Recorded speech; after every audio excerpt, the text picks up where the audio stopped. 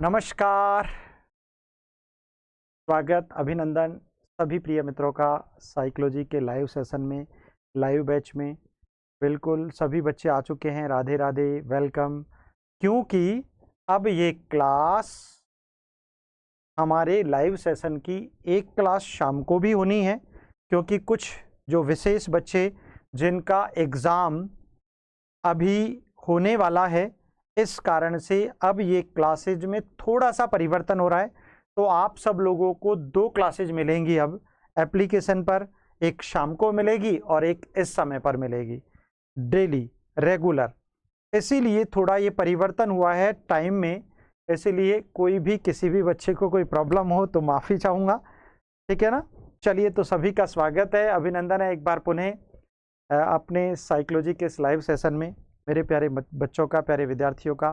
तो आज की क्लास में हम कुछ अच्छा पढ़ने वाले हैं, बेहतर पढ़ने वाले हैं। और शाम को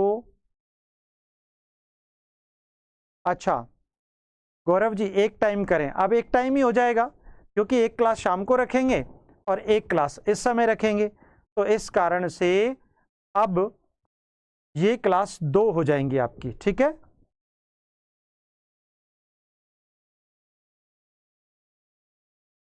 अच्छा, अनामिका जी, लर्निंग का पीडीएफ नहीं आया है। भाई, लर्निंग का पीडीएफ हमने यहां से डाल दिया है बेटा, आप अपनी एप्लीकेशन में देखिए। चलो, आज हमको स्क्रीनशॉट भी भेज दीजिएगा, अगर नहीं आया है तो अपडेट करवाएंगे। अच्छा, ये टाइम ठीक है। तो अब अपनी क्लास दोपहर 12 बजे अपन रेगुलर करेंगे, ठीक है, जब तक चलेगा ये सिलसिला। और एक क्लास शाम को रखेंगे। अब तो ठीक है, अब खुश हैं सारे बच्चे, बहुत बढ़िया है, ठीक है, डन। चलिए, welcome welcome welcome to all of you. तो कल की क्लास में हम लोगों ने, लास्ट क्लास में, कर्व्स ऑफ लर्निंग की बात की, अधिगम वक्रों की बात की और अधिगम के पठारों की बात की, जहां पर हम लोगों ने सीखा कि अधिगम के जो वक्र होते हैं वो 4 प्रकार के होते हैं। प्रत्येक वक्र में 3 अवस्थाएं होती हैं। उन अवस्थाओं को हम लोगों ने समझा, जाना, पहचाना, ठीक है मनोज जी। क्योंकि अगली क्लास, एक और क्लास हम लोग एप्लीकेशन पर लेने वाले हैं, इस कारण, ठीक है, क्योंकि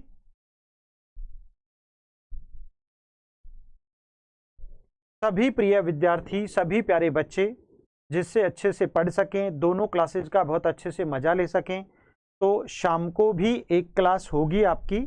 और जिनका जो कुछ भी छूट गया है वो छूटा नहीं है बेटा, आपके पास सब कुछ रिकॉर्डेड है, आपके पास सारे यूनिट्स हैं, आपके पास पूरा कंटेंट है। तो आप बिल्कुल भी चिंता नहीं करें, बेफिक्र होकर मस्ती के साथ पढ़ते जाएं, अच्छे से पढ़ते जाएं। ओके डियर, चलिए तो बात करते हैं। हम लोगों ने कल ये सब पढ़ा, उसके बाद हम लोगों ने एक एक वक्र के बारे में बहुत अच्छे से उनके डायग्राम को सीखा, समझा, जाना। फिर उसके बाद हम लोगों ने सभी वक्रों की चर्चा करने के बाद अधिगम के पठारों की भी बात की। और पठार का अर्थ होता है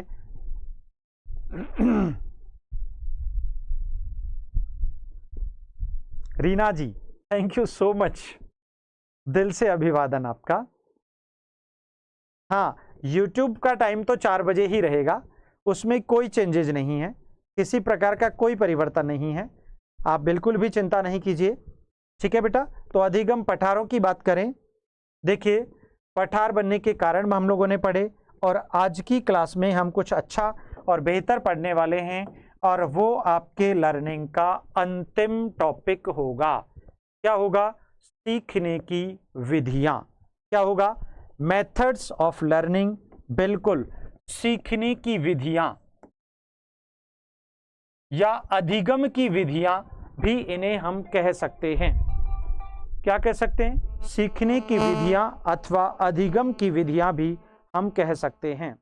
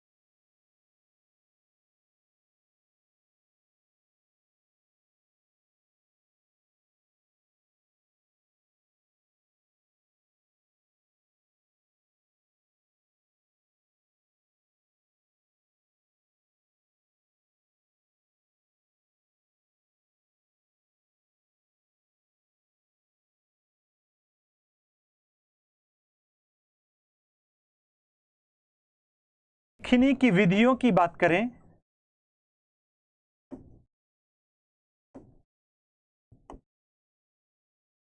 यानी मेथड्स ऑफ लर्निंग,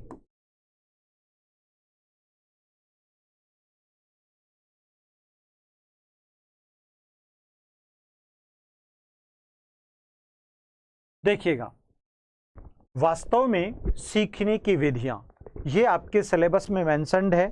टॉपिक अच्छा है, बहुत ज़रूरी है, इस टॉपिक को आपको सीख लेना चाहिए और इंटरेस्टिंग भी है। छोटा सा टॉपिक है, कुछ ज़्यादा बहुत ज़्यादा विधियां नहीं है, लेकिन जो महत्वपूर्ण विधियां हैं उनकी हम लोग चर्चा करने वाले हैं।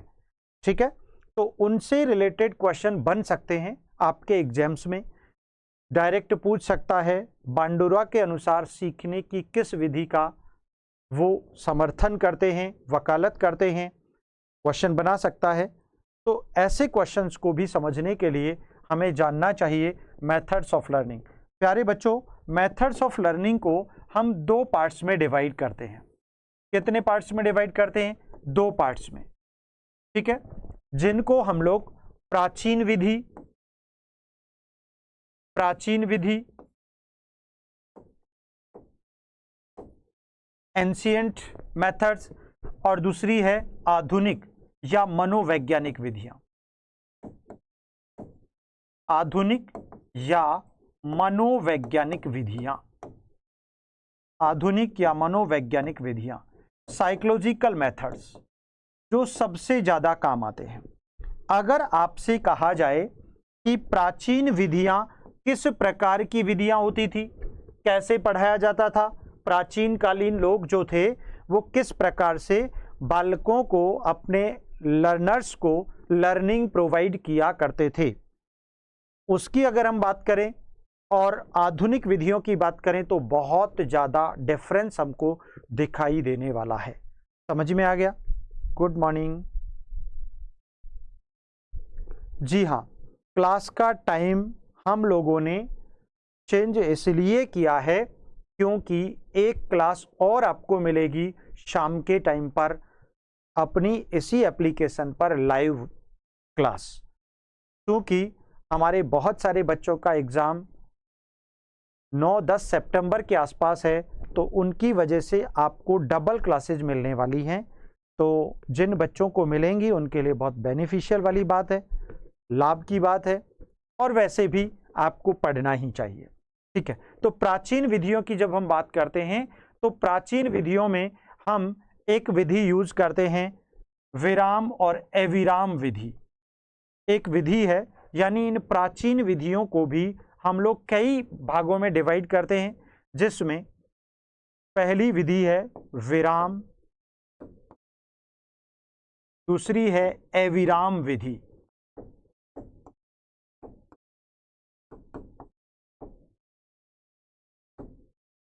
विराम अविराम विधि, ठीक है, ये हो गई आपकी पहली। दूसरी विधि की अगर अपन बात करें तो यहां पर विराम अविराम के अलावा यहां पर पूर्ण विधि और अंश विधि पहले बहुत अच्छे से यूज की जाती थी। पूर्ण विधि और आंशिक विधि या अंश विधि। अभी इनको एक एक विधि को समझाएंगे, डोंट वरी, आप बिल्कुल भी चिंता ना कीजिएगा। तीसरी विधि, अगर हम प्राचीन विधि में थर्ड टाइप की बात करें तो ये होती है आपकी सह अभिप्राय सीखना या प्रासंगिक सीखना।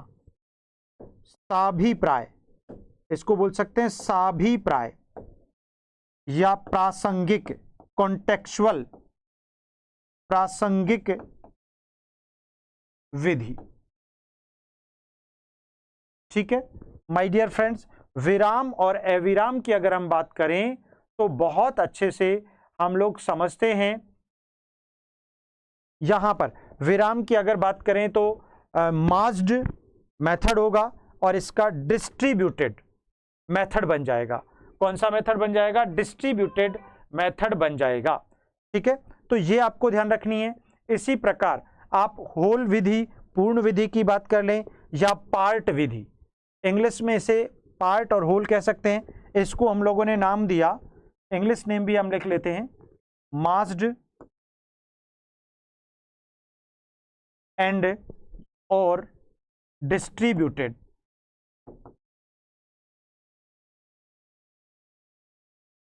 मेथड, ठीक है, मेथड आप लगा लेना। इसको हम लोगों ने नाम दिया होल और पार्ट मेथड।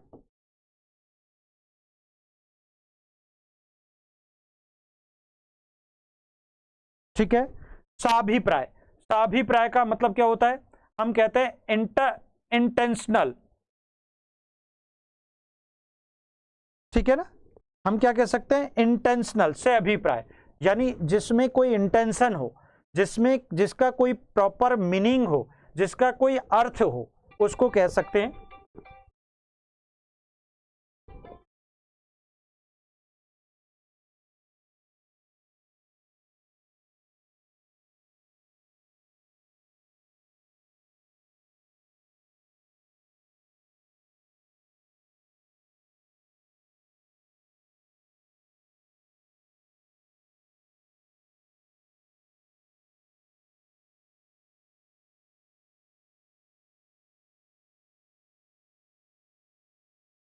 ठीक है ना, से अभिप्राय यानी इंटेंशनल।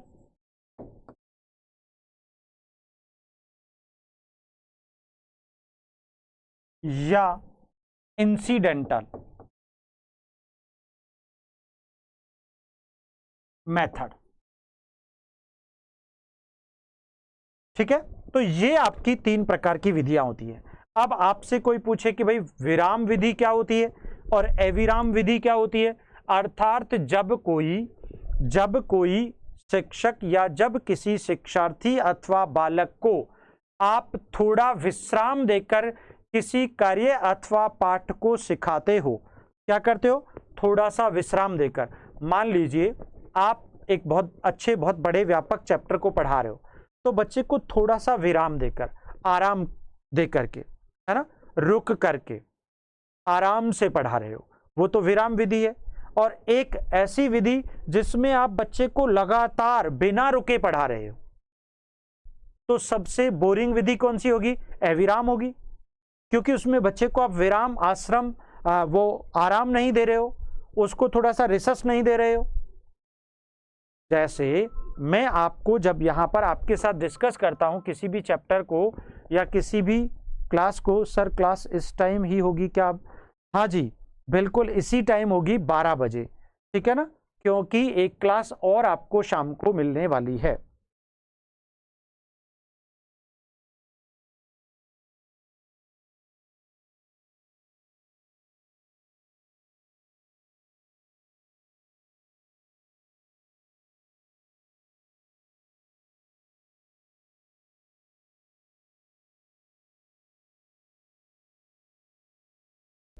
तो यहां पर विराम विधि का सीधा सीधा सा मीनिंग यही होता है कि जब कभी आप किसी बालक अथवा अपने विद्यार्थियों को अगर आराम देकर, थोड़ा थोड़ा रुक करके अगर पढ़ाते हो, तो निश्चित तौर पर वह सीखना बच्चे के लिए लाभप्रद होगा, स्थायी होगा। परंतु इसके विपरीत अगर आप बच्चे को निरंतर बिना रुके अविराम पढ़ा रहे हो, तो निश्चित तौर पर क्या होगा? बालक के लिए बाधा उत्पन्न हो जाएगी। तो सेम एज अगर हम कहें तो अविराम विधि में किसी भी प्रकार का कोई विश्राम नहीं दिया जाता है। और सीखने के लिए जो समय निर्धारित होता है ना, मतलब जो भी समय निर्धारित है, मान लीजिए आपको ये वाला चैप्टर आधा घंटे में पूरा करना है, ठीक है ना, कितने घंटे में? आधा घंटे में। तो आधा घंटे तक बिना रुके पढ़ाना पड़ेगा, है ना, बिना विश्राम दिए, बिना आराम दिए, उसे हम लोग अविराम विधि कहते हैं। यानी किसी भी पाठ या विषय वस्तु को पढ़ाते समय दिए गए निर्धारित समय में लगातार निरंतर चलते हुए पढ़ाया जाएगा, तो अविराम विधि होगी। भाई निर्धारित समय, मेरी क्लास का टाइम 1 घंटे है और मैं नॉन स्टॉप, पता है, हाँ, कभी कभी बीच बीच में आपसे बातें कर लेता हूं, या ये कभी कभी फोन कॉल्स बच जाते हैं, कोई विशेष अर्जेंसी होती है तो बातें कर लेता हूँ। तो मुझे ऐसा लगता है कि मैं उस फोन कॉल के समय पर या आपसे बातें करने के समय पर आपको विराम देता हूँ। क्या देता हूँ? विराम देता हूँ। क्योंकि विराम दे करके, कुछ कहानियां और किस्से सुना करके, कुछ नए चुटकुले और मजाक करके जब मैं आपको पढ़ाता हूं तो निश्चित तौर पर वो लर्निंग अच्छी लगती है ना। कुछ बच्चों को मेरे किस्से अच्छे लगते हैं, कुछ बालकों को मेरी फ्रेंच कट अच्छी लगती है। तो कभी कभी क्यों मैं ऐसा करता हूं? ताकि आपको मेरी हर बात में, मेरे व्यक्तित्व में और मेरे हर सेंटेंस में आपको साइकोलॉजी की महक आने लग जाए। बस यही कारण है, इसी को विराम विधि कह दिया। क्योंकि बीच बीच में जो किस्से, जो कहानियां, जो चुटकुले, जो मजाक, जो हंसी ठिठोली मैं करता हूं, मेरी आदत है, करता हूं, वो इसीलिए करता हूं ताकि आपकी लर्निंग को और बेहतर बना सकूं, ताकि आपको विश्राम देकर, आराम देकर के अच्छे से सिखा पाऊं। क्योंकि अविराम, अब इसमें तो क्या होगा कि मुझे पता है, आपको भी पता है कि पूरे 1 घंटे के अंदर, 1.5 घंटे के अंदर, 1 घंटे के अंदर इस वाले टॉपिक को खत्म करना है। तो उसमें मेरी स्पीड भी थोड़ी ज़्यादा होगी, मैं मजाक भी नहीं करूँगा, मैं मस्ती भी नहीं करूँगा, है ना, मैं आपके साथ हंसी ठिठोली भी नहीं करूँगा। तो ये सारी बातें आ जाएंगी, उसको कहते हैं अविराम। अर्थात निर्धारित समय में पाठ या विषय वस्तु को पूरा कर बालकों को सिखाने की विधि अविराम विधि कहलाती है। क्लियर बेटा? तो निर्धारित समय इसके साथ जोड़ देते हैं अपन। एक वर्ड जोड़ दिया मैंने, निर्धारित समय, बस। और इसमें कुछ भी नहीं पढ़ना आपको। क्लियर है क्या? तो प्राचीन विधियां जब हम पढ़ते हैं तो विराम और अविराम विधि समझ में आ गई। यानी किसी पाठ या किसी विषय वस्तु को थोड़ा रुक रुक करके, आराम देख करके पढ़ाना या सिखाना विराम विधि के अंतर्गत आएगा। अविराम विधि में दिए गए निर्धारित समय में किसी पाठ या विषय वस्तु को पूरा कर बालकों को सिखाने की प्रक्रिया अविराम विधि कहलाती है। क्लियर है बेटा? चलिए, उसके बाद पूर्ण विधि और आंशिक विधि। अब पूर्ण से मतलब यानी बहुत सिंपल, बहुत सिंपल। जब भी किसी बच्चे को या किसी छात्र को किसी विषय को प्रारंभ से अंत तक पढ़ाया जाता है, यानी 0 से हीरो तक पढ़ाया जाता है ना। अरे 0 से हीरो तक पढ़ाया जाता है, प्रारंभ से अंत तक पढ़ाया जाता है, तो पूर्ण विधि है। कौन सी विधि है? पूर्ण विधि है। समझ में आ गया? और अंश विधि, आंशिक विधि, अर्थात किसी विषय वस्तु और पाठ को छोटे छोटे पैराग्राफ्स, खंडों या टुकड़ों में बांटकर जब पढ़ाया जाता है वो आंशिक विधि कहलाती है। क्या कहलाती है? आंशिक विधि।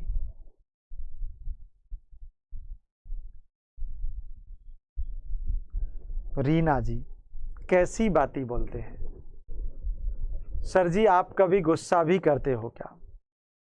हम सिर्फ प्यार करते हैं और प्यार करना सिखाते हैं। किससे? अपनी लर्निंग से, अपने लक्ष्य से, अपनी जिंदगी से, अपने कंटेंट से और अपने जिंदगी की सर्वोच्च उस ऊंचाई से जिसका सपना आपने संजोया है। इसीलिए सदैव मुस्कुराते रहते हैं, क्योंकि निरंतर जब जब हमारे मेधावी प्रतिभाशाली विद्यार्थी अपने लक्ष्य तक पहुंचते हैं तो हमारा सीना गर्व से चौड़ा हो जाता है। बस यही हम सिखाते और समझाने की परंपरा है हमारी।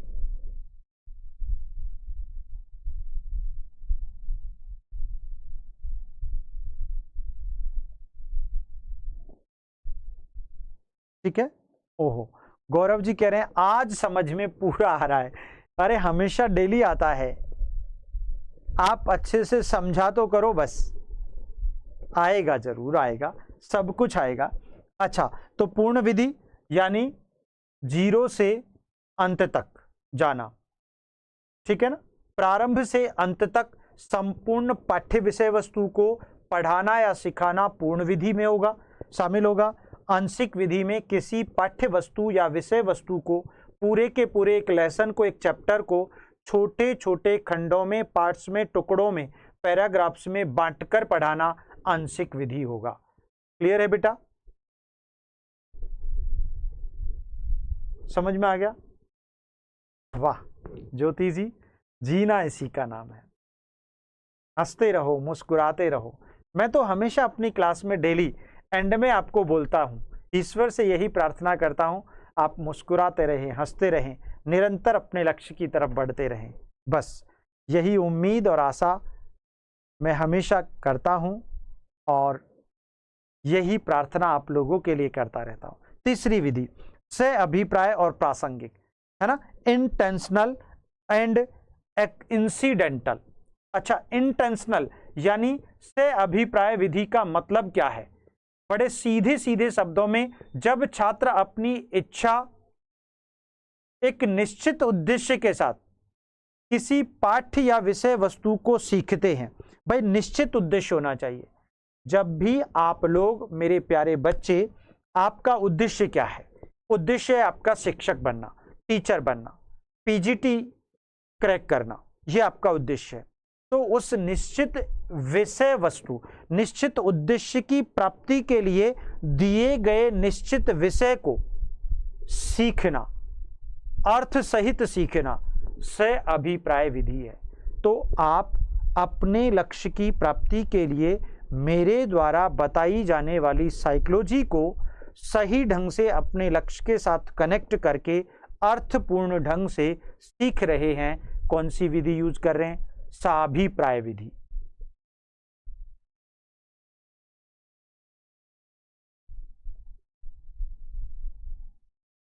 वाह, प्रेम किशोर जी ने तो आज हमारी पूरे व्यक्तित्व पर प्रश्न चिन्ह ही लगा दिया है, क्वेश्चन मार्क लगा दिया। कहते हैं सर आप इतना शांति से कैसे रहते हैं और पढ़ाते हैं? कितना कितना अजीब क्वेश्चन है। इसका उत्तर हम दें क्या आपको? कैसे दें? हमें खुद को नहीं समझ में आ रहा कि हम इतने शांत, हम शांत दिख रहे हैं आपको। अगर शांत होते तो आपको कैसे समझा पाते? हम शांत नहीं हैं, हम तो बहुत बोलते हैं भाई, ठीक है ना।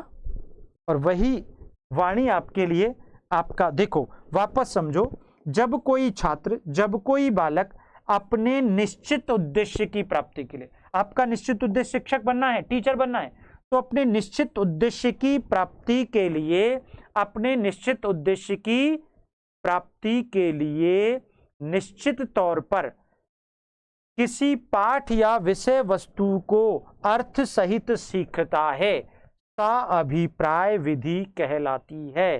कौन सी विधि कहलाती है? साभिप्राय विधि कहलाती है।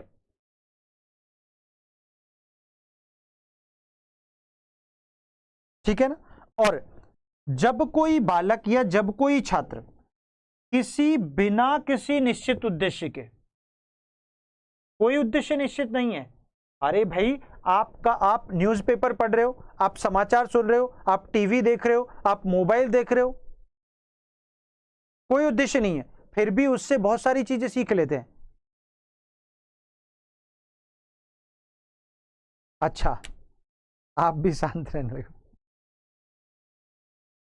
अच्छा, चांदनी रानी हमारी कह रही है सर टाइम फिक्स कीजिएगा। टाइम फिक्स कर देते हैं, आज खत्म कहानी। आज के बाद कोई प्रश्न मत करना। टाइम को लेकर क्या प्रश्न करना है यार, जब मर्जी आए पढ़ लो, क्या फर्क पड़ेगा। एप्लीकेशन के लाइव बैच के बच्चे तो भाई, मैं वॉटसन हूं यार, मैं क्या हूं? वॉटसन। तुम मुझे कोई भी बालक दे दो, मैं उसे वैसा ही बना दूंगा जैसा मैं खुद हूं, जैसा मैं खुद हूं। ऐसा नहीं है, वो कहते हैं कि मैं उसे डॉक्टर, इंजीनियर, सिपाही, खिलाड़ी, शिक्षक कुछ भी बना सकता हूं, जो बनाना चाहूं, ऐसी बात कहते हैं। तो मैंने, अब मेरे बच्चे, आज के बाद मैं उम्मीद करता हूं, अपेक्षा करता हूं, आशा करता हूं कि आप कभी भी ये प्रश्न नहीं करें सर क्लास का टाइम फिक्स कर दीजिए। ये नहीं, टाइम तो लगभग फिक्स ही रहेगा, लेकिन आप हैं कि मानते नहीं। क्योंकि मेरी क्लास, और वो भी लाइव क्लास का कॉन्सेप्ट ये होता है, आपको घर पर खाना बनाते हुए, खाना खाते हुए आप बर्तन साफ करते हुए भी क्लास को देख सकते हो बेटा।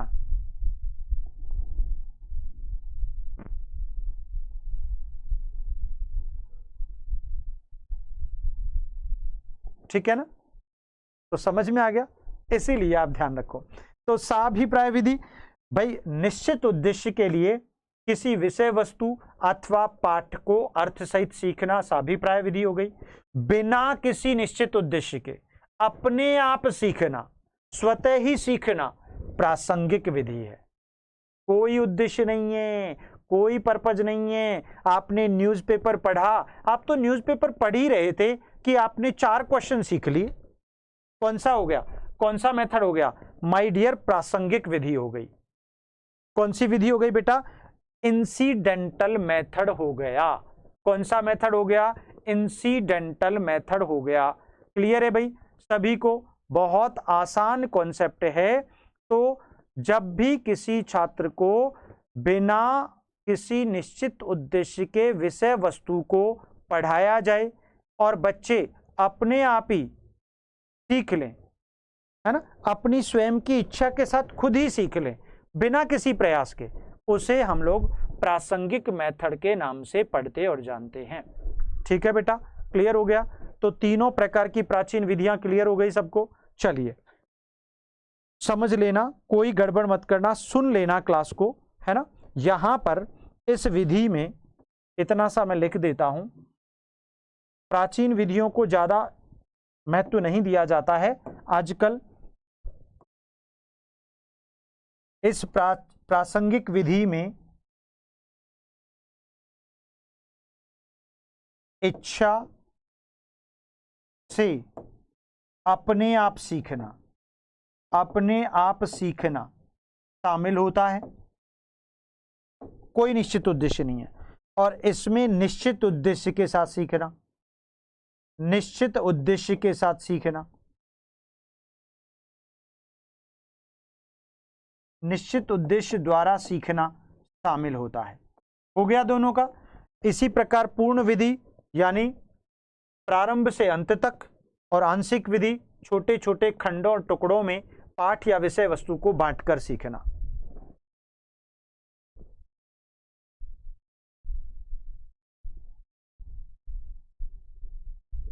संभावी, थैंक यू सो मच। अच्छा, ओके ओके ओके। हमारी चांदनी जी कह रही हैं कि सर देख तो पाते हैं लेकिन फोकस नहीं कर पाते। ऐसा नहीं होता है, आप आराम से भाई एक क्लास को जब तक आप, वैसे भी ये जरूरी है, कंपल्सन है कि जब तक आप क्लास को 4 बार 5 बार नहीं सुनेंगे ना बेटा, तब तक आपका कंसेप्ट क्लियर नहीं होगा। और जब तक कंसेप्ट क्लियर नहीं होगा तो आपकी अप्रोच इंप्रूव नहीं होगी, और अगर अप्रोच इंप्रूव नहीं हुई तो फिर आपको रिजल्ट जो है वो फेलर देखना पड़ जाएगा। तो दैट्स नॉट गुड। आपको वैसे भी क्लास को 4-5 बार रिमाइंड करके सुनना चाहिए, पढ़ना चाहिए, देखना चाहिए। This is very compulsion to you. So ठीक है, सो डजंट मैटर कि कई बार अगर लाइव आप नहीं आ पाते हो तो कोई खास बात नहीं है, आप बाद में देख लिया करो जिन बच्चों के साथ कोई काम रहता है। तो सारी विधियां हो गई प्राचीन विधियां। अब पढ़ते हैं मनोवैज्ञानिक और आधुनिक विधियां। ठीक है, अब आते हैं हम लोग मनोवैज्ञानिक सीखने की आधुनिक विधियां। कौन सी विधियां बेटा? आधुनिक या मनोवैज्ञानिक, आधुनिक या मनोवैज्ञानिक विधियां, मनोवैज्ञानिक विधियां।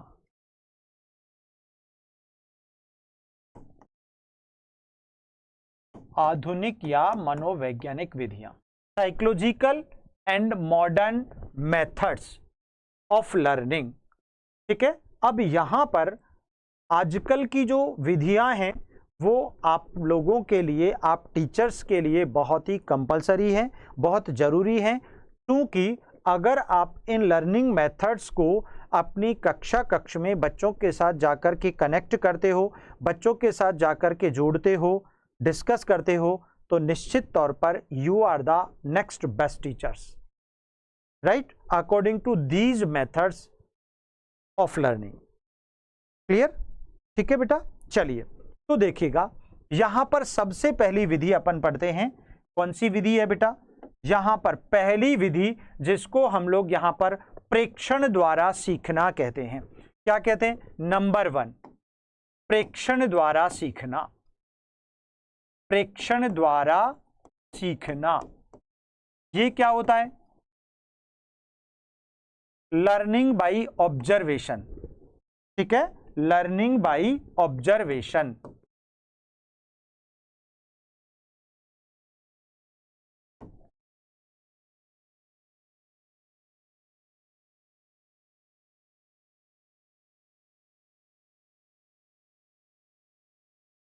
Okay guys, learning by observation. अब देखिएगा, जैसे ही मैंने आपको प्रेक्षण शब्द नाम लिया, अब ये प्रेक्षण का मतलब आपको जानना चाहिए। That's very important. ये प्रेक्षण आखिर है क्या? प्रेक्षण का मतलब होता है देखना। प्रेक्षण का मतलब क्या होता है बेटा? देखना। क्या देखना? अरे देखकर सीखना। आपने देखा होगा बहुत सारे लोग, एक दिन मैंने बताया था आपको, एग्जांपल दिया था। एक दिन मैं गाड़ी ड्राइव कर रहा था, बाइक चला रहा था, तो एक भाई साहब आए, उनकी गाड़ी बड़ी स्पीड से थी, पीछे से आए, ओवरटेक किया मुझे, लेकिन उनके हेलमेट में मोबाइल सेट था और वो फोन पर बात करते हुए अपनी गाड़ी दौड़ा रहे थे। कुछ दूरी पर आगे बढ़े और उनका भयानक एक्सीडेंट हुआ और उनके चिथड़े चिथड़े उड़ गए। मैंने गाड़ी को वहां रोका, अपने आप के कान को जोर से घुमाया और कान को जैसे ही घुमाया और अपने आप से कहा कि जिंदगी में कभी भी गाड़ी ड्राइव करते हुए फोन पर बात नहीं करूंगा। अपने आप से कहा, अपना कान जोर से घुमा करके। इट मीन्स मैंने उसको देखा और अपने आप के व्यवहार में एक परमानेंट चेंज कर लिया। That is the learning by observation. इसी का नाम प्रेक्षण द्वारा सीखना है। भाई सीधी सी बात है, 1958 में 1958 में अल्बर्ट बांडुरा ने अपने सामाजिक अधिगम सिद्धांत के आधार पर यही शिक्षा हमें दी है कि समाज में आपको दूसरों के समक्ष या छोटे बालकों के समक्ष या अपने लर्नर्स के समक्ष आदर्श प्रतिमान, आइडियल मॉडल्स स्थापित करने चाहिए, जिसके फलस्वरूप बच्चा जैसा देखेगा, जिस प्रकार का प्रतिमान देखेगा, जैसा मॉडल देखेगा, वैसा ही वो सीखेगा। इसे कहते हैं लर्निंग बाय ऑब्जर्वेशन, प्रेक्षण द्वारा सीखना।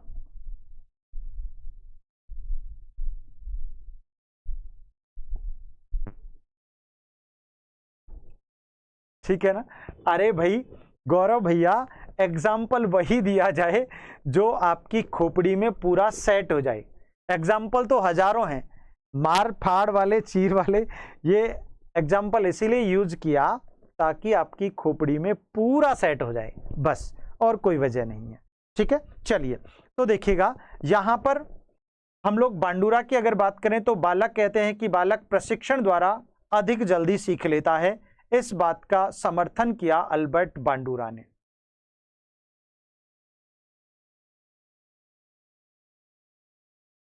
ठीक है ना? तो देखिएगा, हम बांडुरा का एग्जांपल लिख लेते हैं। बांडुरा द्वारा प्रतिपादित सामाजिक अधिगम सिद्धांत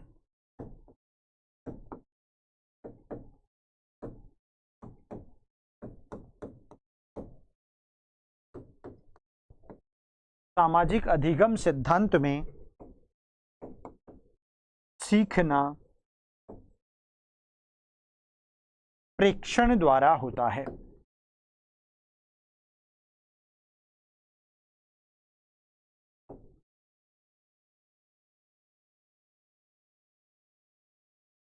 ऑब्जर्वेशन द्वारा होता है की वकालत की गई है। ठीक है, इनका ऐसा मानना है कि कोई भी छात्र, कोई भी बालक, कोई भी प्राणी बहुत आसानी से सीख लेता है जब वह दूसरों को देखता है। जब वह दूसरों को देखता है, मैंने आपको अल्बर्ट बांडुरा की जब थ्योरी पढ़ाई थी तो मैंने आपको समझाया था, बताया था, इसीलिए मैं तो सीखने की विधियों को सबसे लास्ट में पढ़ाता हूं। कुछ टीचर्स पहले पढ़ाते हैं, लेकिन मैं लास्ट में क्यों पढ़ाता हूं? क्योंकि एक एक थ्योरी एग्जाम्पल जो मैंने आपको पढ़ाया सचमुच क्या वो सीखने की विधियों में शामिल है या नहीं है, और अगर है तो उसका एग्जाम्पल आप कैसे बना सकते हो। एग्जामिनर ऐसे ही करता है, आपको कंफ्यूज करता है, आपको प्रॉब्लम में डालता है। इसीलिए आप भी निश्चित तौर पर अवेयर रहो, हमेशा सचेत रहो कि बांडुरा कहते हैं कि सामाजिक अधिगम सिद्धांत में सीखना प्रेक्षण या ऑब्जर्वेशन द्वारा होता है। ये बात 100% सही है, बिल्कुल सुपर क्लास तरीके से सही है। और ये इसी बात पर बल देते हैं क्योंकि वास्तव में उन्होंने यही बताया कि अगर बालक की किसी क्रिया को पुनर्बलित किया जाता है, उस पर पुनर्बलन दिया जाता है, तो वह उसे तीव्र गति से सीख लेता है। ठीक है ना, निश्चित तौर पर।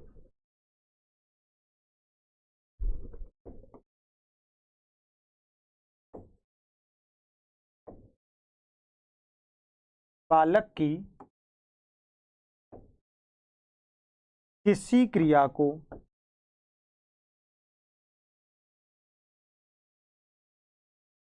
पुनर्बलित किया जाए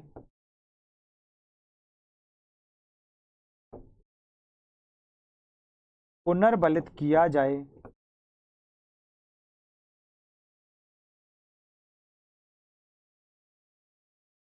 तो वह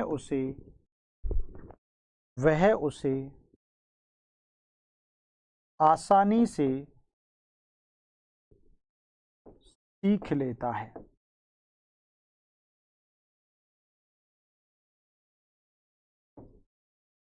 क्या कर लेता है? आसानी से सीख लेता है। समझ में आ गई बात? बहुत आसान है। अगर पुनर्बलित, क्योंकि अल्बर्ट बांडुरा ने जब जीवित जोकर और बालकों पर जब प्रयोग किया था तो उसमें यही बताया गया कि अगर, और उनके सोपान जब मैंने आपको पढ़ाए थे, जिसमें पहला सोपान था अवधान, दूसरा था धारण करना, तीसरा था पुनरुत्पादन करना या पुनः प्रस्तुतिकरण करना, और चौथा था पुनर्बलन। तो ये वही पुनर्बलन है, रीइंफोर्समेंट है कि अगर बच्चे की किसी क्रिया पर आपने उसको रीइंफोर्सर दे दिया, चॉकलेट दे दी, पुरस्कार दे दिया, तो वह उस क्रिया और व्यवहार को आसानी से सीख लेता है। मान लीजिए एक बच्चा है, एक बच्चे को आपने कहा बेटा एक गिलास पानी लाना, अब उसने एक गिलास पानी ला दिया, अब दोबारा आप कहोगे तो दोबारा नहीं लाएगा, लेकिन अगर उसके एक गिलास पानी लाते ही आप उसे चॉकलेट दे देते तो फिर आप उससे चाहे 10 गिलास मंगवा लो, वो आपको मना ही नहीं करेगा। वह आपका काम बहुत तीव्रता से करेगा, जल्दी शीघ्रता से करेगा और बहुत आसानी से करेगा, सहज रूप में करेगा। इसीलिए ये बात आपको ध्यान रखनी चाहिए।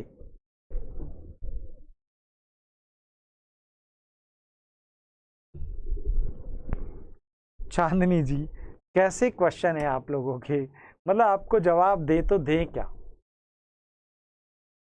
हमारी चांदनी कहती है सर आपका दिमाग है या कंप्यूटर, इतना याद कैसे रहता है? याद तो रहता ही है, लेकिन हम आपको देख करके हम फटाफट नया एग्जाम्पल बना लेते हैं डेली लाइफ से जोड़ करके, बस यही हमारी आदत है। और तभी तो समझ में आएगा, वरना आएगा कैसे? अरे वाह, आज तो हमारे धर्मनाथ जी भी आए हैं, वेलकम आपका भी माय डियर। ठीक है, चलिए, तो बात समझ में आ गई। तो बालक की किसी क्रिया को पुनर्बलित अगर किया जाएगा तो वह आसानी से सीख लेता है। तो निश्चित तौर पर आप आजमा के देख लीजिएगा, बहुत आसान है। अच्छा, यहां पर ये तो बात हो गई अल्बर्ट बांडुरा के फलस्वरूप। एक और मनोविज्ञानी है, उन्होंने भी इस बात को कहा कि एक छात्र दूसरे छात्रों को शब्दों का सही उच्चारण करने पर शिक्षकों द्वारा जब उनकी प्रशंसा होते देखता है। बहुत अच्छे एक मनोविज्ञानी और हैं, उनकी भी हम बात लिख लेते हैं, स्वार्ज, उनका नाम है स्वार्ज।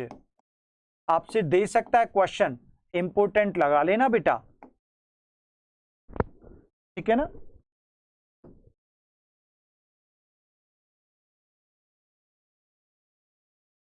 इनका एक बहुत अच्छा कहना था, भाई एक छात्र है, मान लीजिए मेरी क्लास में आप में से कोई एक बच्चा है, ठीक है, मैंने कोई क्वेश्चन किया और उस बच्चे ने मेरे उस प्रश्न का सही उत्तर दे दिया, सही जवाब दे दिया, फिर मैंने उस बच्चे की प्रशंसा कर दी।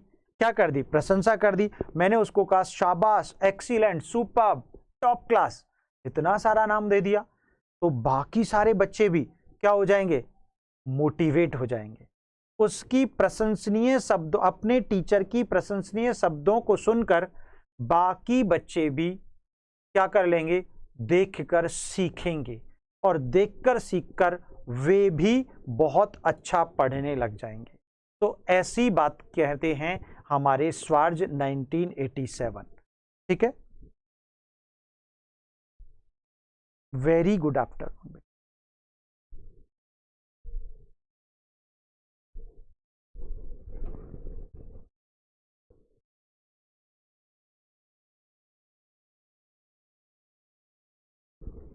यस, यही होता है गौरव जी, बिल्कुल सत्य बात है।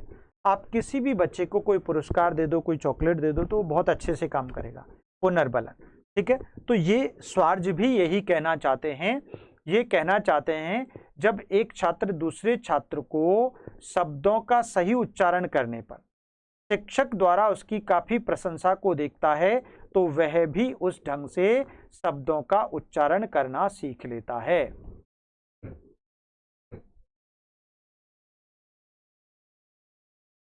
ठीक है, इसमें आप यूं कह सकते हैं, एक छात्र द्वारा डायरेक्ट बना देते हैं, एक छात्र द्वारा सही शाब्दिक, उचित शाब्दिक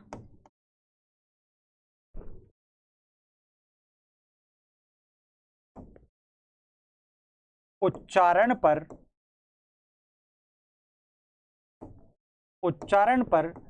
शिक्षक द्वारा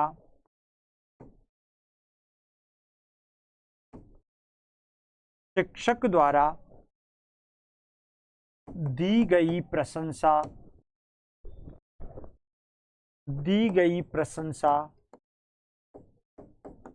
को देखकर दूसरा छात्र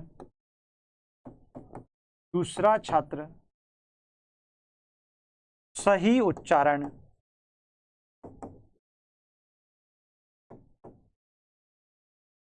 करने लगता है। कितना आसान बना दिया, करने लगता है। ठीक है, स्वार्ज ने इसे सीखने की प्रभावकारी विधि कहा है। स्वार्ज ने इसे सीखने की प्रभावी विधि माना है।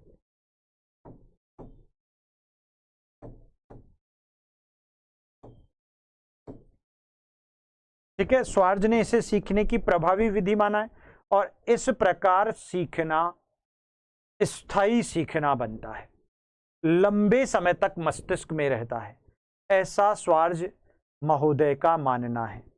ठीक है,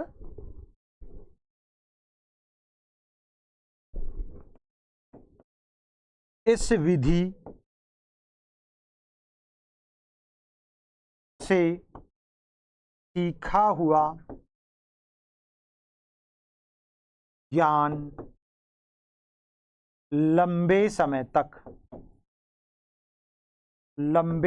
तक बना रहता है। ये लीजिए, ये भी लिख दिया। क्लियर हो गया? ये विधि आधुनिक विधि है, मनोवैज्ञानिक विधि है, और मनोवैज्ञानिक विधि के रूप में अल्बर्ट बांडुरा और स्वार्ज, दो मनोवैज्ञानियों के एग्जाम्पल के साथ हमने इसको पढ़ लिया है। अल्बर्ट बांडुरा ने 1958 में अपने सामाजिक अधिगम सिद्धांत द्वारा प्रतिपादित किया, समझाया, बताया कि कोई भी बालक या कोई भी लर्नर दूसरों को देखकर सीखता है। आप समाज में जैसे मॉडल्स स्थापित करोगे, बच्चा वैसा ही उसे फॉलो करेगा। स्वार्ज भी इस बात की वकालत करते हैं और कहते हैं कि जब कोई एक बच्चा शब्दों के सही उच्चारण करने पर उसके शिक्षक द्वारा, टीचर द्वारा, जब टीचर उसकी प्रशंसा करता है तो दूसरा बच्चा उसे देख करके शब्दों का सही उच्चारण करना सीख लेता है या बोलने लगता है या प्रयास करने लगता है। और ये दुनिया का बड़ा सच है। ये हमको भी मानना पड़ेगा कि आज हम लोग, आज ये मल्टीमीडिया आपका क्या काम कर रहा है, सोशल मीडिया क्या काम कर रहा है। आज आप बहुत सारे बच्चे, तभी तो आपके मन से कुछ भाव निकल आते हैं मेरे लिए कभी कभी, क्योंकि मैं जिस ड्रामा से, जिस नाटक से, जिन भाव भंगिमाओं से अपने चैप्टर को पढ़ाता हूँ, समझाता हूँ, तो आप कहते हैं, मेरे लिए कुछ शब्द बोलते हैं, निकालते हैं, तो उसमें वही चीज़ दिखाई देती है कि आप मेरे शब्दों के उच्चारण, मेरे व्यक्तित्व, मेरे समझाने के तरीकों को देखकर आप वैसा ही करते हो। स्वार्ज का यही कहना है। तो ऐसा किया जाना, इस प्रकार पढ़ना और सीखना निश्चित तौर पर मस्तिष्क में लंबे समय तक आपके चिरस्थायी बन जाएगा। इसीलिए प्रेक्षण द्वारा सीखना एक स्थायी सीखना भी होता है। क्लियर? चलिए, ये हो गई आपकी पहली विधि। दूसरी विधि हम पढ़ते हैं करके सीखना। नंबर 2, लर्निंग बाय डूइंग, करके सीखना।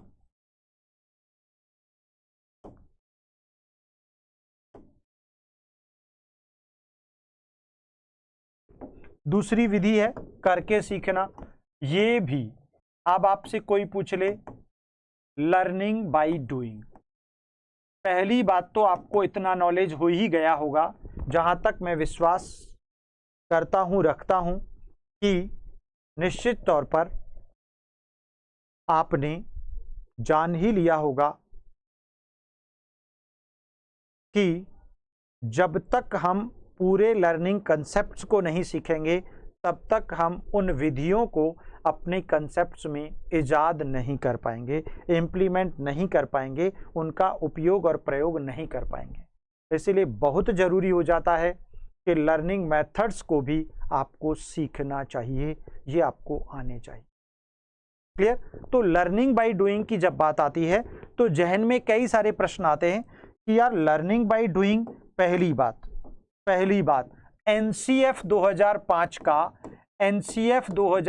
का ये ध्येय वाक्य है। क्या है? ध्येय वाक्य है। ध्येय वाक्य है मतलब पूरा ऑब्जेक्ट ही यही है। क्या? लर्निंग बाय डूइंग, करके सीखना। एनसीएफ 2005 यही कहता है, नेशनल करिकुलम फ्रेमवर्क, राष्ट्रीय पाठ्यचर्या रूपरेखा।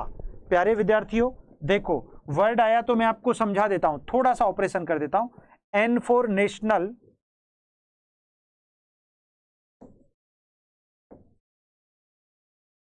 सी फॉर करिकुलम,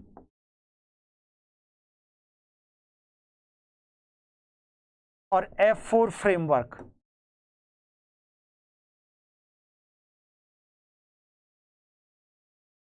राष्ट्रीय पाठ्यचर्या रूपरेखा।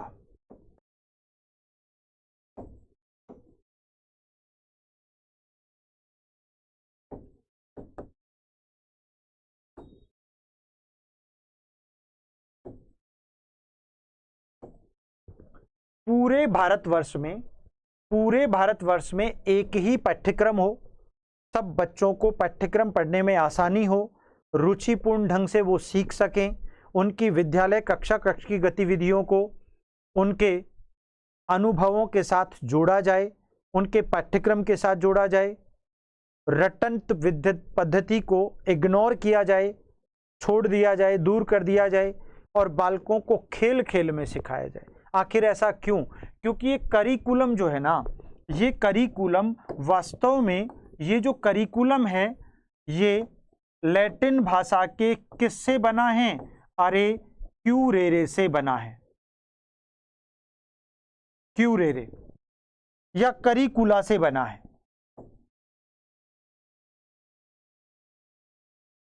जिसका अर्थ होता है, क्यूरेरे का अर्थ होता है दौड़ का मैदान। क्या होता है बेटा? दौड़ का मैदान।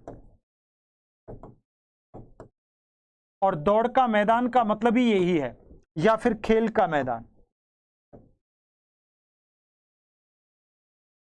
मतलब यही समझाना चाह रहा हूं कि करिकुलम शब्द जोड़ा ही इसीलिए गया कि बालकों को खेल खेल में, दौड़ के मैदान में दौड़ते हुए उनको पढ़ाया जाए, सिखाया जाए। उनको बोझ नहीं लगनी चाहिए शिक्षा। अरे भाई, करके सीखना, बालकों को करवाइए, उन्हें खुद एफर्ट लगाने दीजिए, खुद को प्रयास करने दीजिए। और खुद जब प्रयास करेंगे तो कब करेंगे?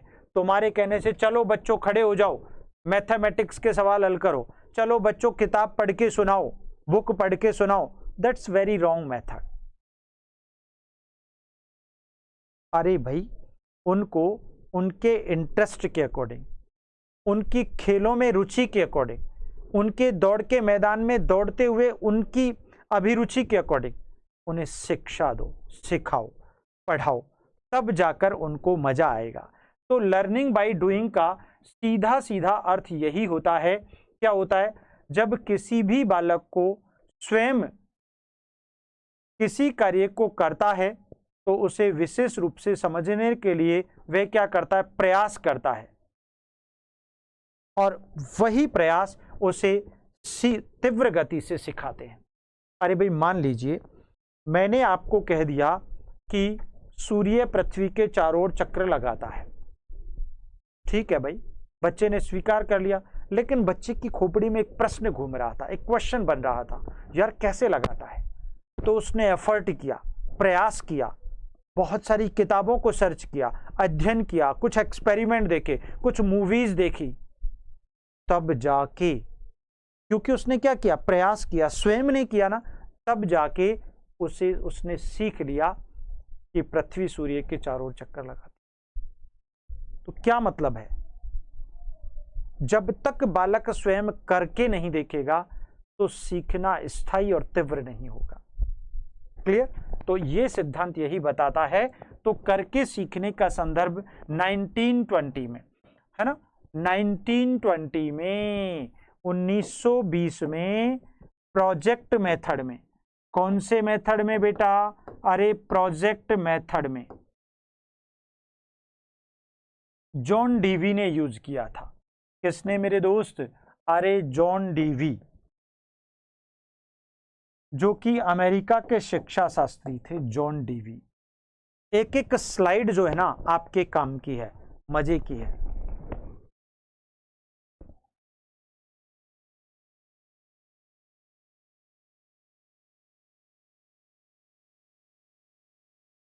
ये लो, संजय जी पढ़ रहे हैं और कह रहे हैं हमारे मोबाइल पर क्लास ही नहीं चल रही। कैसे नहीं चल रही? नहीं चलती तो आप हमें कमेंट कैसे कर पाते? ठीक है ना। चलिए, तो John Dewey, project method, is it clear? यही बात आपको समझाने की थी। तो जॉन डीवी ने अपने प्रोजेक्ट मेथड में करके सीखने का विचार दुनिया को सबसे पहले दिया था, सबसे पहले दिया। फिर एनसीएफ 2005 का इसे ध्येय वाक्य बना दिया कि यार करके सीखने की दुनिया की सर्वोत्तम विधि है, दुनिया का बेस्ट मेथड है कि अगर बालक स्वयं खुद करेगा, क्या करेगा? एफर्ट, प्रयास, क्रिया, तो सीखना स्थायी होगा, सीखना तीव्र होगा, सीखना शीघ्र होगा। Is it clear? तो यही बात है आपकी करके सीखने की इस महत्वपूर्ण विधि की। तो बड़ी आसान विधि है निश्चित रूप से। और बहुत सारे मनोवैज्ञानिक इस बात को मानते हैं कि जब बालकों को कोई भी कार्य करने का मौका दिया जाता है, उन्हें आज़ादी दी जाती है, उन्हें स्वतंत्र छोड़ दिया जाता है, उन्हें अपने आप में फ्री छोड़ दिया जाता है किसी भी कार्य को करने के लिए, तो निश्चित तौर पर वे उस कार्य में कोई भी मुश्किल आती है ना, कोई भी कठिनाई आती है, भाई सीधी सी बात है, आप टीचर हो और आप टीचर होने के नाते अपने बच्चों को कार्य करने का मौका तो दो यार। आप मौका ही नहीं देते हो। अगर मौका नहीं दोगे तो उस कार्य में जो कठिनाई आएगी, जो समस्या आएगी, उसका पता कैसे चलेगा? बिल्कुल नहीं चलेगा। तो बच्चे को मौका दो जिससे उसे कठिनाइयों का पता लगे, मुश्किलों का पता लगे, समस्याओं का पता लगे, फिर वह उन समस्याओं का समाधान करने हेतु प्रयास करे, कोशिश करे और वे प्रयास, वे कोशिश जो उसकी स्वयं की होंगी, वो उसकी जिंदगी में स्थायी सीखना बना दे। यही जीवन का सच है। ठीक है ना? तो ये है आपका करके सीखना, लर्निंग बाय डूइंग। क्लियर हो गया? बहुत आसान है। तो भाई जब, और एक और बात तय है कि जब कोई समस्या आती है और उस समस्या का बालक जब खुद समाधान हल करता है ना, जब उसका कोई सॉल्यूशन निकालता है, तो यार उसमें विश्वास डेवलप होता है, आत्मविश्वास आता है और वह उस काम को आसानी से कर लेता है। उसमें कॉन्फिडेंस डेवलप होता है और वह उसे हमेशा के लिए सीख जाता है। क्लियर बेटा? तो यही है आपकी करके सीखने की विधि। भाई देखो, मैं आपको हर बार समझाता हूं, पढ़ाता हूं, सर प्रोजेक्ट मेथड का हिंदी क्या होगा? अरे बेटा, प्रायोजना विधि। प्रोजेक्ट मेथड के विचारक मैं लिखा चुका हूं, ऑलरेडी पढ़ा चुका हूं। आप हैं कि बस पढ़ते नहीं है ना पिछली क्लासेज को। गलत गलत है। मैं आपको फिर कह रहा हूं, आप पिछली क्लासेज को 4-4, 5-5 बार सुन लो, जितना मौका आपको मिलता है। यार आप लेटे लेटे भी सुन सकते हो, पड़ोसी को बिना डिस्टर्ब किए कानों में ईयरफोन लगा लो और आप सुन लो। क्यों नहीं सुनते हो आप? गलत बात है ना। आप सुनो और तब पढ़ो।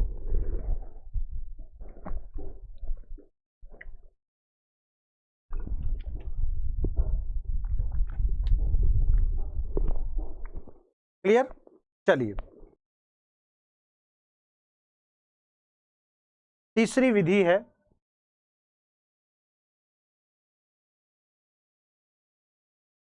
विधि है विवेचना विधि।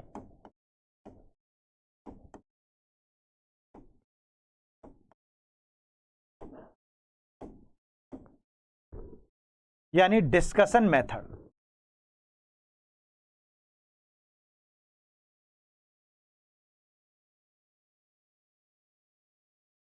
डिस्कशन मेथड ये तो आसान मेथड है। ये तो आप मेरे साथ रोज करते ही हो, मैं आपके साथ करता ही हूं।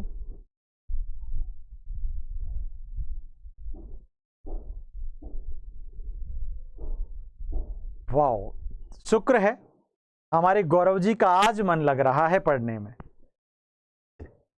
है ना? कितनी अद्भुत बात है। चलो, मन लग तो रहा है, ये बहुत बड़ी बात है, ये बहुत बड़ी बात है।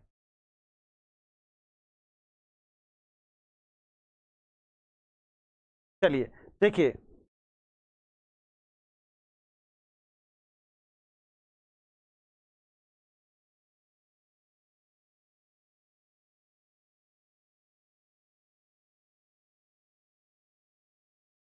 सबसे अच्छी विधि है ये वाली। आखिर क्यों है सबसे अच्छी विधि? नंबर एक बात, शिक्षकों ने यानी अध्यापकों ने, शिक्षकों ने इस विधि पर सर्वाधिक बल दिया है। वेरी इंपॉर्टेंट, सर्वाधिक बल दिया है। मैं भी तो देता हूं भाई, मैं भी तो देता हूं। मैं खुद आपको पहली क्लास में, और मैं तो कम से कम 10 बार बोल चुका हूं, साइकोलॉजी रटने का विषय नहीं है, ये सीखने का विषय है, समझने का विषय है, डिस्कशन का विषय है, चर्चा का विषय है। तो भैया ये भी तो शिक्षक यानी मेरे जैसे लोग, आपके जैसे टीचर्स इस विधि को सबसे ज्यादा महत्व देते हैं किसी भी विषय वस्तु को सिखाते समय। क्यों देते हैं? अरे क्योंकि भाई इस विधि में क्या होता है, बच्चे आपस में किसी विषय वस्तु के ऊपर डिस्कशन करते हैं, चर्चा करते हैं, विचार विमर्श करते हैं, कल्पना करते हैं, अपने अपने विचारों को प्रस्तुत करते हैं। फॉर एग्जाम्पल, एक मेरी क्लास के एक बच्चों का एक ग्रुप है, मैंने उस ग्रुप को एक समस्या दे दी, दूसरे ग्रुप को दूसरी समस्या दे दी, तीसरे ग्रुप को तीसरी समस्या दे दी, और मैंने बच्चों से कहा कि चलो इस समस्या का समाधान ढूंढ कर बताओ। ठीक है? अब बच्चे आपस में एक दूसरे के साथ चर्चा कर रहे हैं, विचार विमर्श कर रहे हैं, चिंतन कर रहे हैं, अपनी अपनी कल्पना कर रहे हैं, और फिर उस समस्या का समाधान या हल मुझे बता रहे हैं। फिर मैं कहता हूं कि बेटा शाबाश, आपके ग्रुप ने टॉप किया है, बड़ा अच्छा सॉल्यूशन निकाला आपने। तो कहने का अर्थ ये हुआ कि शिक्षकों ने इस विधि पर इसलिए सबसे ज्यादा बल दिया है क्योंकि इसमें प्राय जो बालक होते हैं ना, वो समूह में सीखे जाने वाले विषय, किसी ग्रुप में समूह में सीखे जाने वाले विषय के गुण दोषों पर विशेष चर्चा करते। ठीक है ना? तो दूसरा पॉइंट अपन बना सकते हैं, ग्रुप या समूह में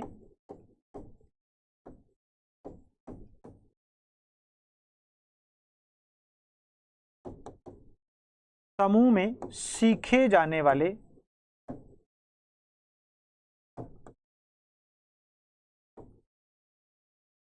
विषय पर चर्चा करना या विवेचना करना।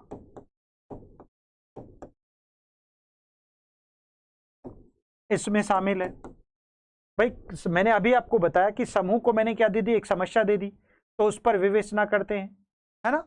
विवेचना करना तथा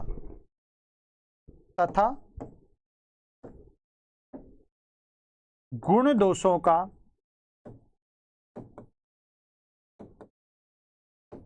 दोषों के आधार पर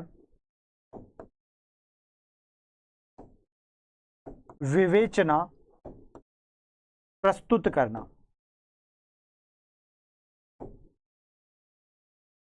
है आसान, बहुत इजी है। ठीक है ना? विवेचना विधि यानी डिस्कशन मेथड कितना आसान है, बहुत इजी है। ठीक है ना? अब इसमें क्या होगा, अच्छा कुछ बच्चे तो क्या होंगे, अपनी विशेष रुचि के आधार पर, है ना, जिस बच्चे का जिसमें ज्यादा रुचि होगी ना, जिस टॉपिक में, तो वो तो बहुत ज्यादा मजे लेगा, बहुत अच्छे से एक निश्चित निष्कर्ष पर पहुंचेगा। ठीक है? तो एक और पॉइंट बना लेते हैं इसका, रुचिपूर्ण ढंग से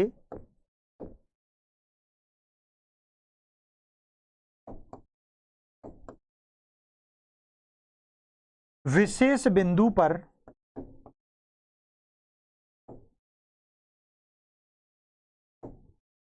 चर्चा कर निश्चित निष्कर्ष पर पहुंचना या निकालना। निश्चित निष्कर्ष निकालना, हकीकत बात है, ऐसा ही होता है ना? कई बार हम लोग किसी विषय पर सोच रहे होते हैं, कल्पना कर रहे होते हैं, अपनी बुद्धि लगा रहे होते हैं, और फिर दिमाग से एक अच्छा कंक्लूजन निकलता है, यार इस समस्या का समाधान, इसका रास्ता ऐसे बनेगा। आप किसी इंजीनियर को देख लीजिएगा, मैकेनिक को देख लीजिएगा, वो कोई मशीन खराब हो जाती है, तो उस मशीन को ठीक करने के लिए क्या सारे जोड़ तोड़ वाले अपने मानसिक जोड़ तोड़ के सारे नियम लगाता है, सारी कोशिशें करता है, और फिर उसके मस्तिष्क में एक आइडिया आता है जिससे वह एक निश्चित और उचित निष्कर्ष पर पहुंच जाता है। क्लियर? निश्चित और उचित निष्कर्ष पर पहुंच जाता है।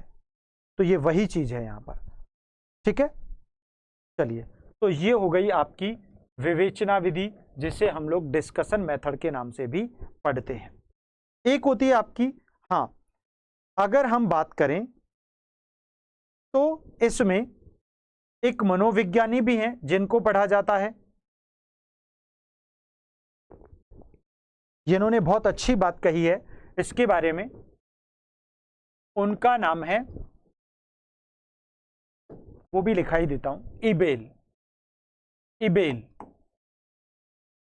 इसको मोस्ट अंडरलाइन कर लेना, इबेल क्या कहते हैं, ये हम लोग डिस्कशन मेथड के बारे में ही पढ़ रहे हैं। तो इबेल का कहना है कि इस विधि के द्वारा बालकों में सहभागिता की भावना विकसित होती है।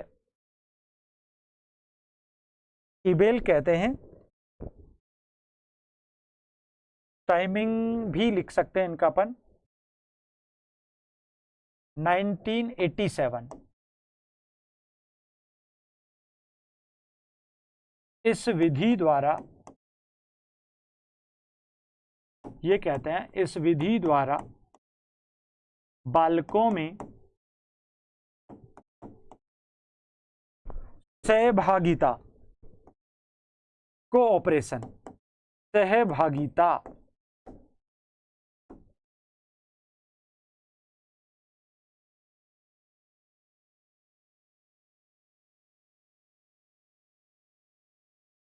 या एसोसिएटिवनेस, सहभागिता की भावना विकसित होती है।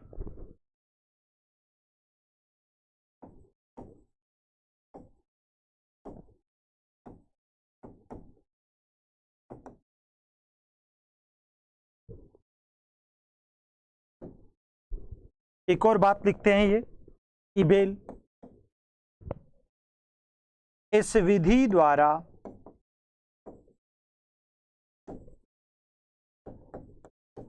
सीखा हुआ ज्ञान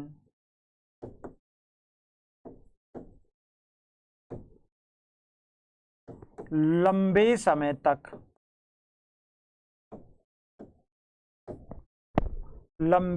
तक मस्तिष्क में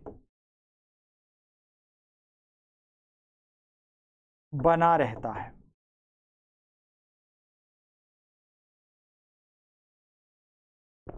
ठीक है, बस ये दो बातें इन्होंने कही थी कि निश्चित तौर पर बालकों में सहभागिता की जो भावना होती है ना, मैंने आपको बताया था कि ग्रुप्स में मैंने जब बांटा तो बालक आपस में एक दूसरे का सहयोग कर रहे थे उस समस्या के समाधान के लिए।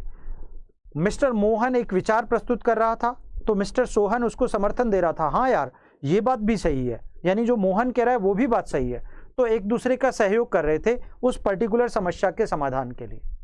तो बालकों में सहभागिता, पारस्परिक प्रेम, सहानुभूति का संचार होता है, उस भावना का विकास होता है, ये कहते हैं मिस्टर इबेल 1987 में। ठीक है, ये बात थोड़ी सी आपको ध्यान रखनी चाहिए यार, 1987 नहीं है, ये 78 है ना, उल्टा हो गया ये, 87 तो वो था ना, ये 78 है, इसको इतना ध्यान रखो, इबेल 1978 है।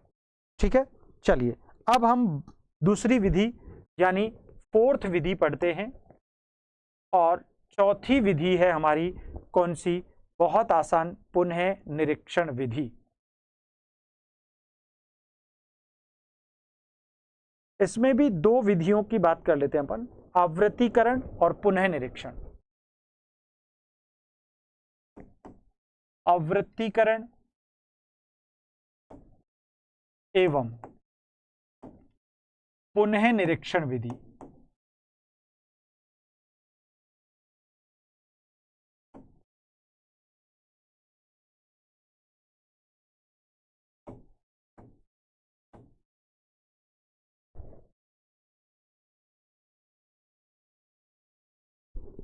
देखिए बहुत आसान सी विधि है, छोटी सी विधि है, इसमें ज्यादा कुछ भी नहीं है। आवृत्तिकरण को रीसाइटेशन कहते हैं,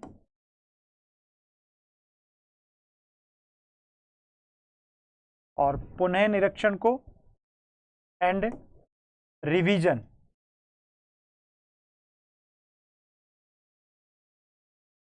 method, recitation and revision method. ठीक है ना, चलिए अब देखिएगा, पहले तो हम पढ़ते हैं आवृत्तिकरण क्या है। बड़ा सिंपल है, आसान सा क्वेश्चन है। एक मनोविज्ञानी है वो, जिनका नाम है गेट्स, गेट्स के अनुसार पढ़ लेते हैं। गेट्स 1939 में कहते हैं कि यह सीखने की सबसे प्रभावी विधि है, यह सीखने की सबसे प्रभावी विधि है,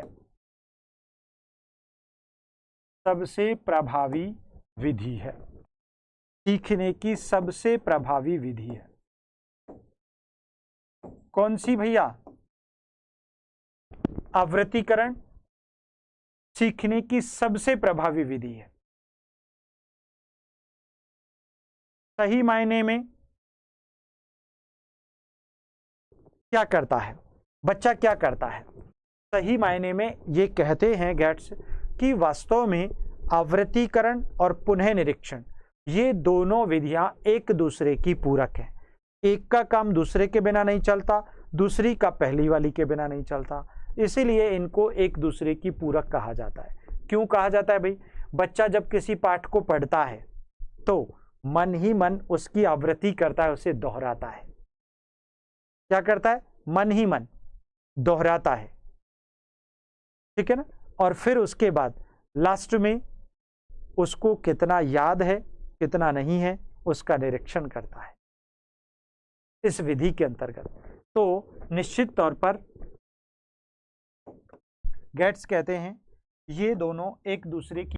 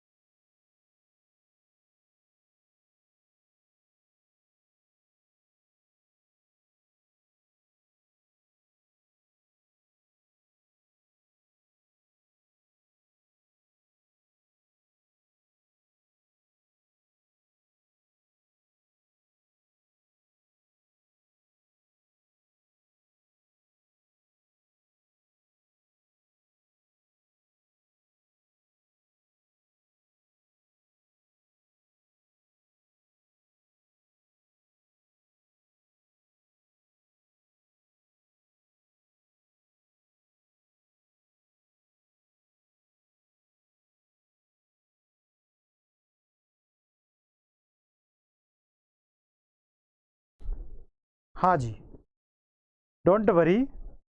आवाज़ कहाँ जाएगी जब हम यहीं हैं? आवाज़ तो तब जाएगी जब हम जाएंगे। वो तो थोड़ी देर के लिए तो टेक्निकल चीज़ें हैं, चलता रहता है। आप हैं कि घबरा जाते हैं। चलिए, तो ये दोनों एक दूसरे की पूरक विधियां हैं, बढ़िया आसान है, इजी हैं, सिंपल सी बात। बालक जब किसी पाठ को पढ़ता है तो मन ही मन उसको क्या करता है? दोहराता है, और जरूरत पड़ने पर उससे बीच में सीखे गए पाठ का पुनः निरीक्षण भी कर लेता है, अर्थात फिर से उसे देख लेता है। ठीक है ना।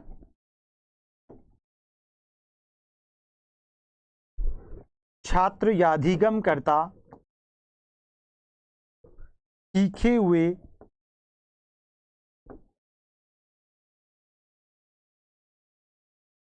पाठ को मन ही मन दोहराता है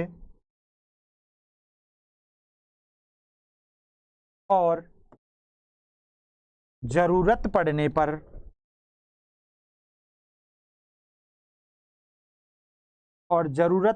पर उसे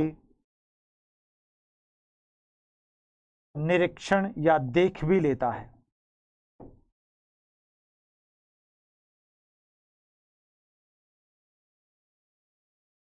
यानी उसे फिर से उसका मूल्यांकन कर लेता है, देख लेता है कि यार मुझे कितना समझ में आया है ना, मैंने कितना सीख लिया। तो ये तो आपको करना ही चाहिए निश्चित तौर पर कि आपने कितना सीखा है, कितना नहीं सीखा है, कितनी कमी है, कहाँ छूट गया है, क्या मिस हुआ है, वो सब आपको पुनः निरीक्षण करते रहना चाहिए। तो भाई आवृत्तीकरण और पुनः निरीक्षण विधियों में ये गेट्स का कहना है, ऐसा मानना है निश्चित तौर पर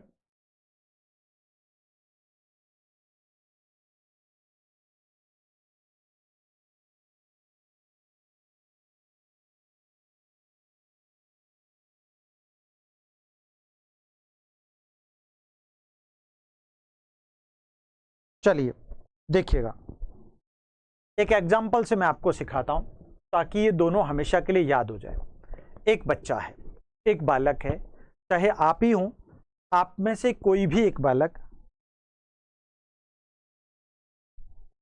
क्या हुआ, आवाज तो आ रही है, आप अपने मोबाइल को रिफ्रेश कर लिया करो बेटा, दिक्कत जब आती है तो। सुनिए, मैं इसको एक बार समझा देता हूं क्या है।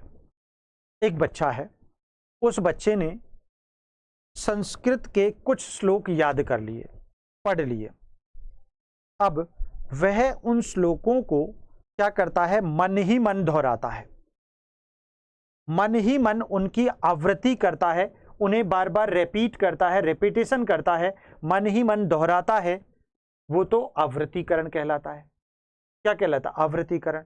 और अगर कहीं फिर वो ये भी देखता है कि कहीं कोई लाइन मिस तो नहीं हो गई है, तो मिस हुई लाइन को वह फिर से देखता है, फिर से देखता है, पुनः निरीक्षण करता है और उसे वापस याद करता है।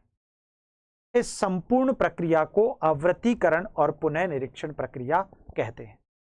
तो एक एग्जाम्पल मैंने आपको दे दिया।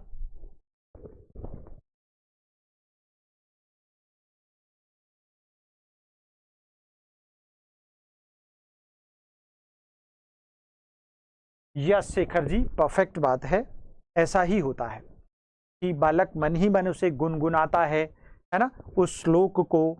और कहीं उस श्लोक की अगर कोई पंक्ति अगर मिस भी हो गई है ना, और तो निश्चित तौर पर कोई भी अंश या कोई भी लाइन उसका भूल भी गया, तो वह उस श्लोक को पुनः एक बार देख लेता है। और इस तरह देख करके आवृत्तिकरण और पुनः निरीक्षण एक दूसरे के पूरक बन जाते हैं। क्या बन जाते हैं बेटा, पूरक।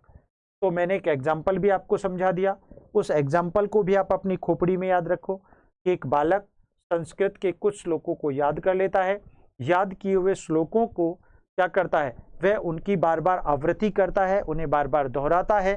और बार बार दोहराने के दौरान उसे लगता है, वह देखता है कि कोई लाइन मिस हो रही है, कोई अंश छूट गया है, कोई पार्ट छूट गया है, तो वह उसे फिर से देखता है, उसे फिर से याद कर लेता है।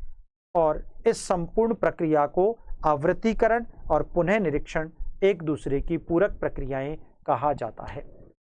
ठीक है। एक मनोविज्ञानी और थे जिनका नाम था वाइट। क्या नाम था, वाइट। एग्जाम्पल मैं आपको समझा दूं। एक छात्र द्वारा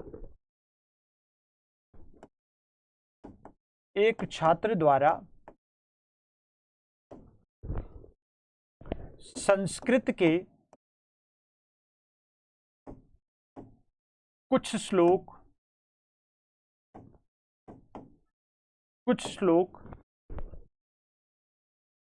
याद करने पर उनका मन ही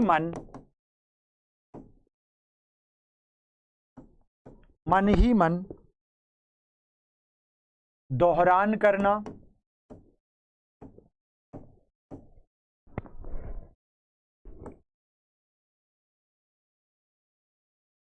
तथा कोई अंश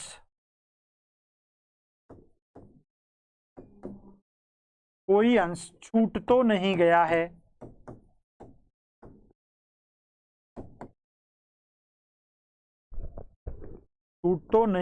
है, का पुनः निरीक्षण कर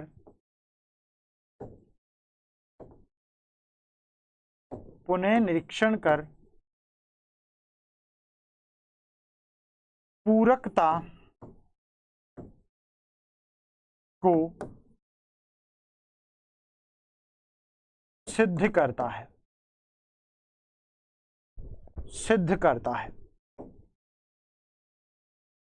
ठीक है, यानी एक दूसरे की पूरकता को सिद्ध करता है कि ये दोनों एक दूसरे के बिना पूरे हो ही नहीं सकते।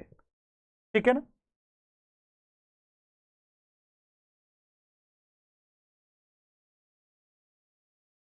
ये हो गया इसका एग्जाम्पल। अब इसका एक मनोविज्ञानी और हैं जिनका नाम है व्हाइट। 1944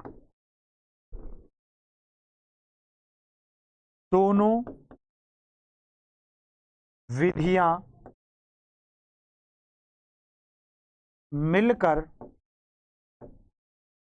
विधियां मिलकर सीखने को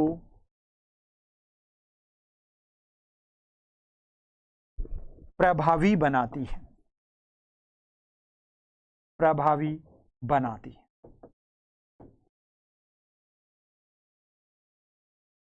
ठीक है। इन विधियों में बालक एक्टिव रहता है, एक्टिव मोड पर रहता है, सक्रिय रहता है, और इसके द्वारा, ऐसा व्हाइट का कहना है, सक्रिय रहता है और इन विधियों की सहायता से सीखा हुआ ज्ञान मस्तिष्क में लंबे समय तक बना रहता है। ये व्हाइट का मानना है। तो मैंने आपको इस विधि में दो लोगों का नाम बताया, गेट्स और व्हाइट का। ठीक है ना। किसका बताया? गेट्स और व्हाइट का। विवेचना विधि में मैंने नाम बताया ईबेल का, आप उनका थोड़ा सा याद रखना। और उसके अलावा प्रेक्षण विधि में मैंने बांडुरा और स्वार्ज, इन दोनों का नाम आपको बताया था। क्लियर? तो माय डियर फ्रेंड्स, ये हैं आपकी मनोवैज्ञानिक और आधुनिक सीखने की विधियां।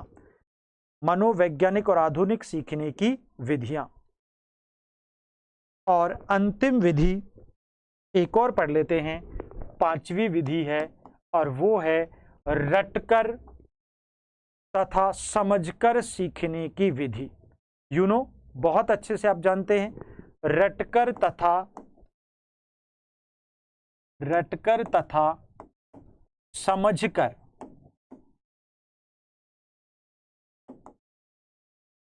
सीखने की विधि।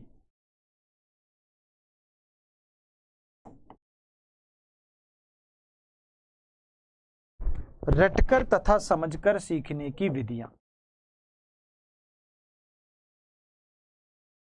लास्ट और अंतिम विधि है, बहुत आसान है, फिर उसके बाद ये वाला चैप्टर हमारा खत्म हो जाएगा।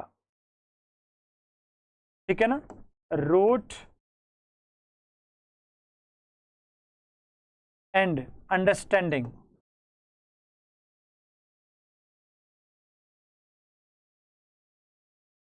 मेथड।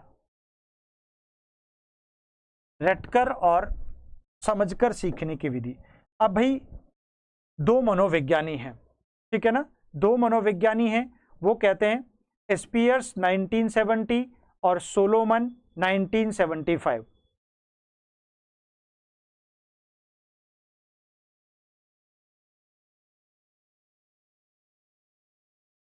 निश्चित तौर पर देखिएगा, स्पीयर्स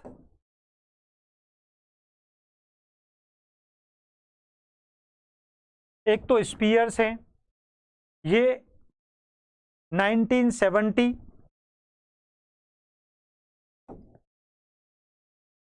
ठीक है, सोलोमन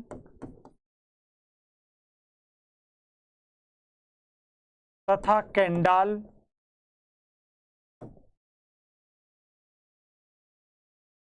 1975, दोनों ने इन विधियों को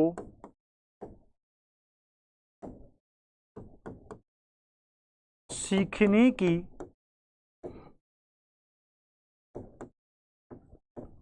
प्रभावकारी विधि माना है।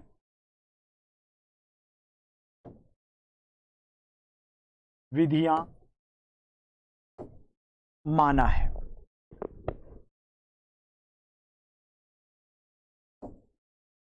भाई सिंपल सी बात है, सोलोमन, केंडाल तथा स्पीयर्स का ऐसा कहना है, ऐसा मानना है कि ये जो विधियां है ना, ये सीखने की बहुत ही इफेक्टिव मेथड है। आखिर क्यों? और वैसे भी दुनिया में सबसे ज़्यादा लोकप्रिय हैं, लोग या तो रटकर सीखते हैं या समझकर सीखते हैं। तो ये दोनों ही बहुत ही वेल पॉपुलर मेथड्स हैं और निश्चित तौर पर इन लोगों ने बताया कि ये व्यक्ति के व्यक्तिगत उसके व्यक्तित्व पर प्रकाश डालती है। किस पर प्रकाश डालती है?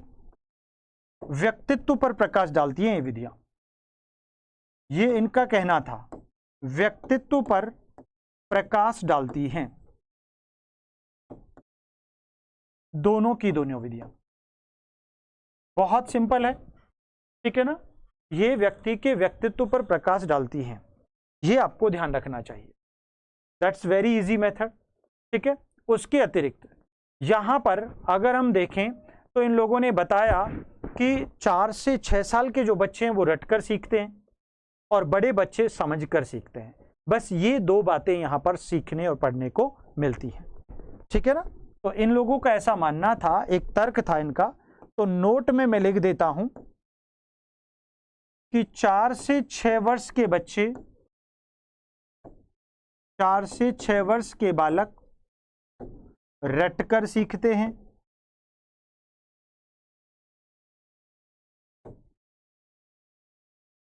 ठीक है। जबकि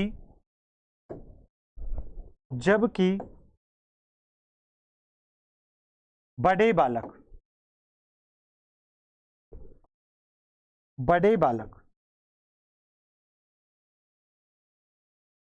समझकर सीखते हैं।